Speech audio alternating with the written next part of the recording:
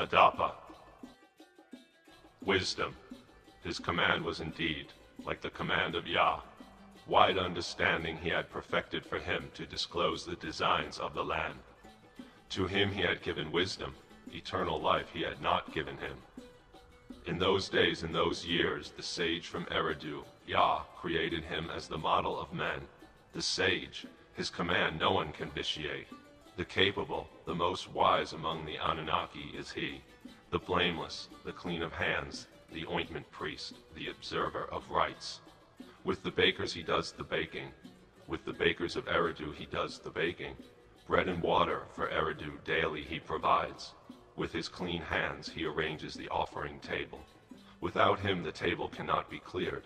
He steers the ship, he does the prescribed fishing for Eridu. In those days Adapa, the one of Eridu, while Yah, upon the couch, daily did attend to the sanctuary of Eridu.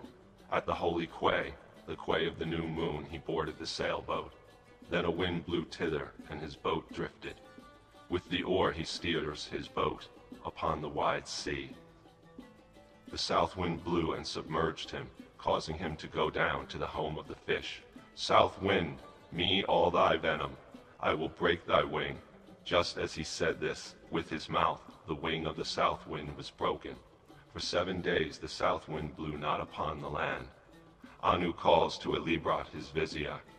Why has the south wind not blown over the land these 7 days? His vizier Elibrat answered him, My lord, Adapa the son of Yah, the wing of the south wind has broken. When Anu heard this speech he cried, Mercy, rising from his throne. Let them fetch him hither. At that Yah, he knows who what pertains to heaven, took hold of him. Adapa caused him to wear his hair unkempt, a mourning garb he made him put on, and gave him this advice. Adapa, thou art going before Anu the king, the road to heaven thou wilt take.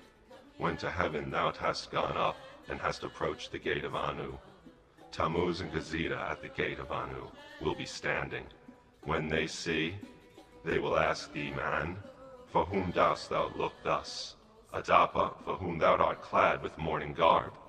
From our land 2 gods have disappeared, hence I am thus. Who are the 2 gods who from the land have disappeared? Tammuz and Gazeta, they will glance at each other and will smile. A good word they will speak to Anu, and Anu's benign face they will cause to be shown thee. As thou standest before Anu, when they offer thee the bread of death, thou shalt not eat it. When they offer thee water of death, thou shalt not drink it. When they offer thee a garment, put it on. When they offer thee oil, anoint thyself therewith. This advice I have given thee, neglect not. The words that I have spoken to thee hold fast. The messenger of Anu arrived there, saying as follows. Adapa, the south wind's wing has broken. Bring him before me. He made him take the road to heaven, and to heaven he went up. When he ascended to heaven and approached the gate of Anu, Tammuz and Gazeta was standing at the gate of Anu. When they saw Adapa, they cried, Mercy, man, for whom dost thou look thus? Adapa, for whom thou art clad with mourning garb. 2 gods have disappeared from the land, therefore, with mourning garb I am clad. Who are the 2 gods who from the land have disappeared?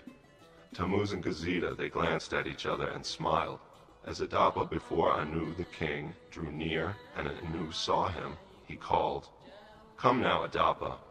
Wherefore the south wind's wing didst thou break? Adapa replied to Anu, My lord, for the household of my master, in the midst of the sea I was catching fish. The sea was like a mirror.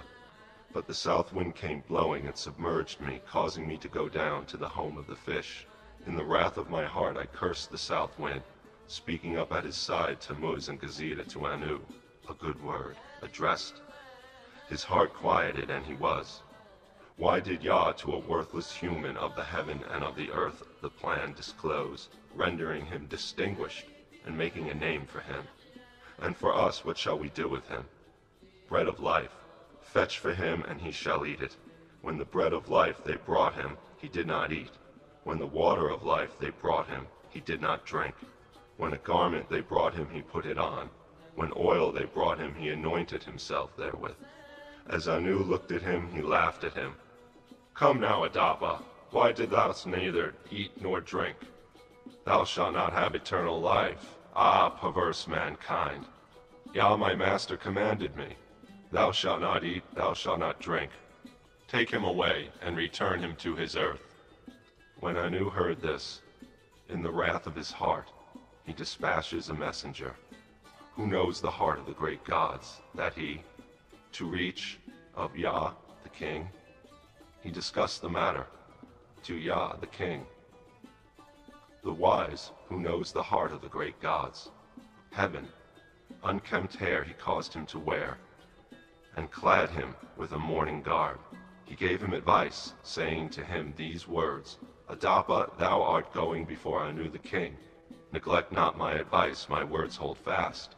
When thou hast gone up to heaven, and thou hast approached the gate of Anu, Tammuz and Gazeta will be standing at the gate of Anu. Oil he commanded for him, and he anointed himself. A garment he commanded for him, and he was clothed. Anu laughed aloud at the doing of Yah, saying, Of the gods of heaven and earth, as many as there be, whoever gave such a command, so as to make his own command exceed the command of Anu. As Adapa from the horizon of heaven to the zenith of heaven cast a glance, he saw its awesomeness. Then Anu imposed on Adapa. For the city of Yah he decreed release. His priesthood, to glorify the future, he decreed a destiny. As for Adapa, the human offspring, who, lord-like, broke the south wind's wing, went up to heaven, and so forth. What ill he has brought upon mankind, and the disease that he has brought upon the bodies of men. These Ninkarak will ally. Let malady be lifted, let disease turn aside. Upon this, let horror fall. Let him in sweet sleep not lie down. Joy of human hearts,